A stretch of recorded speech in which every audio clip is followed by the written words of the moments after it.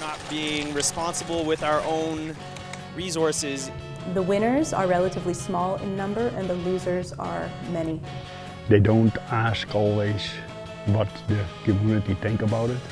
And that kind of work just creates so much havoc on the family.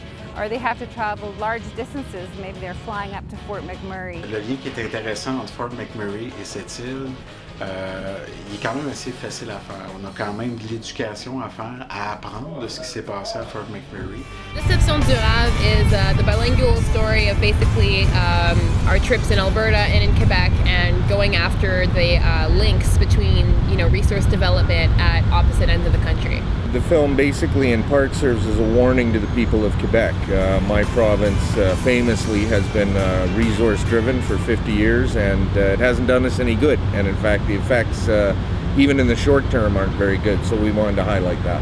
La loi sur les mines, il y a There's God, puis après ça il y a la loi sur les mines, puis après ça il y a le reste. I guess what I want viewers of this film to really understand is that whatever big project comes to town, you need to consult the people who are living there. De rajouter encore une mine, je veux dire, c'est impensable. Often what happens is they come in, a project is already kind of decided on before the public even hears about it, and that's just not okay. It needs to be done with the consent of a population. I really think each citizen should have the right to speak up on whether or not they want these types of projects to be in their communities.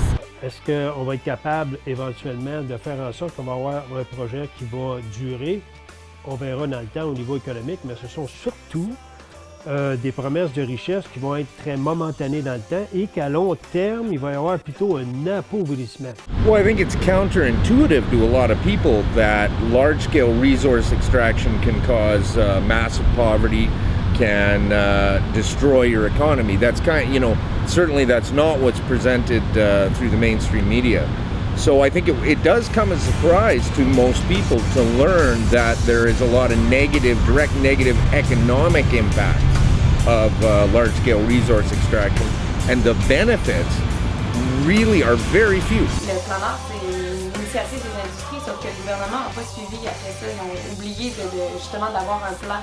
C'est un plan qui va mener à la dépossession totale du Québec et des Québécois. The way we came up with the idea to do this movie basically is through working together at CUTV. So I was a reporter doing live reports for protest coverage during the Maple Spring, and William was the cameraman, and by talking to each other we figured out, that a lot of the problems that we each had in our home communities were reflected in each other's, right? So my being from Sept-Îles, a lot of the consequences of the Plan Nord are similar to those caused by the tar sands in Alberta.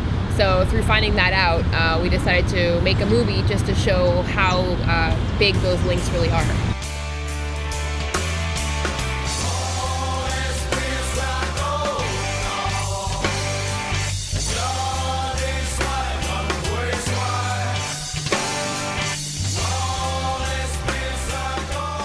To go from making movies at CUTV to making a full-length feature for the first time and being accepted in a film fest that is, world-renowned. I mean, yeah, that definitely was a big surprise for us. I think places like CUTV are very important as places for people to learn the skills needed to give them a voice. Join CUTV, you can come to fancy parties too.